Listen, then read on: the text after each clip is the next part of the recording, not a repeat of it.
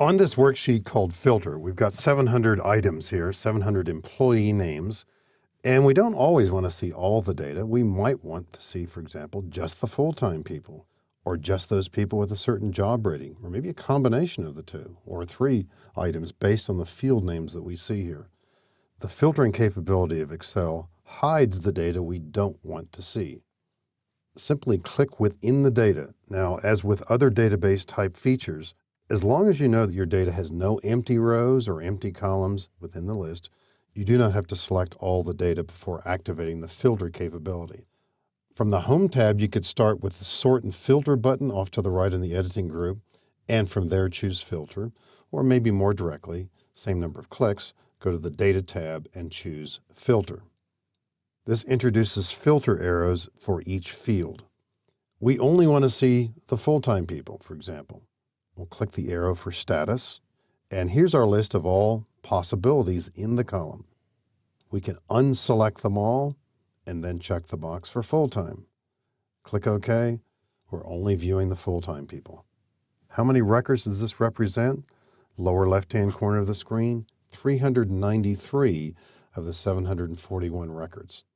Recognize the row numbers here off to the left. Whenever they're blue, it means we're not seeing all of the data. And you can see they're not consecutive numbers there. We've hidden some of the other rows. And while we're looking at these full-time people, maybe we want to narrow down the list further by simply choosing the ones that have a job rating of 5. So we'll go to column I, click the drop arrow for job rating, unselect all of them, and then check the box for 5, which is our highest job rating. Click OK. And now we're seeing only 102 records. And the purpose here is not always to pare down the list to make it small.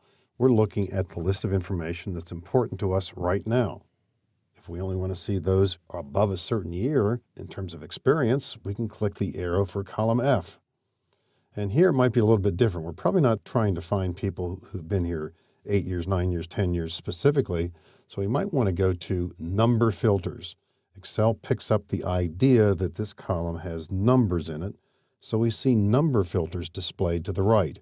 We wouldn't see some of these choices if it were a text field. So we might want to see all of those who have been here greater than or equal to 10 years.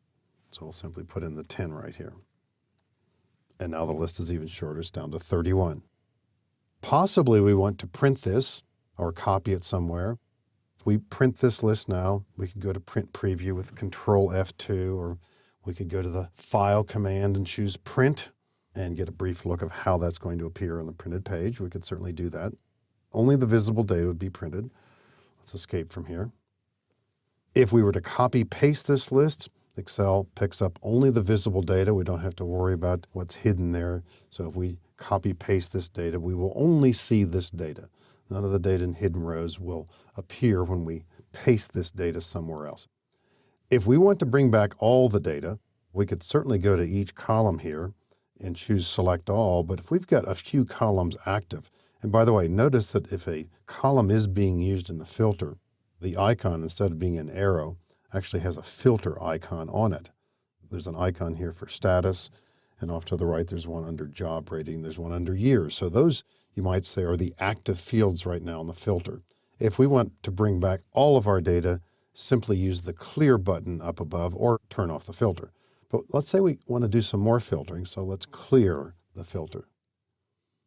If you work with date fields, there's a tremendous opportunity here to pare down data by date. Let's check out some of the options here. Click the drop arrow for hire date. We could narrow down the data by year. Date filters, again, recognize how Excel picks up on the fact that we have date entries there. And this is pretty amazing, some of the features that you can get to here. All the entries from a certain week, last month, this month, next month. And don't overlook the fact that as we drag down to the very bottom here, all dates in the period. You could isolate the May sales data or the February sales data. Narrow down the data by quarter. So quite a few different options here using date filters for those kinds of columns. And as suggested earlier, we can certainly do this along with other filters as well. Occasionally you might use filter in column A because you can do searching here. Maybe I'm looking for a certain person. If we click the drop arrow here, maybe I'm looking for someone named Robert. So as I start to type R here, automatically it's showing me names that have R in them. That's probably going to be pretty large. As I type O and then B, it's narrowed down all the Roberts. I'll click OK. We're seeing all of those. Some people might have the last name of Roberts or Robertsons, R-O-B-E-R-T, wherever it appears, there it is. You can leave these arrows on indefinitely. It doesn't necessarily disrupt what you're doing, but I think as a general rule, you want to take them off if you're not doing any filtering. You may have worked with tables in Excel. They automatically give you filter arrows. There too, you can turn them off. So if we want to bring back all the data and we no longer want to use the feature for a while, we'll simply click the filter button.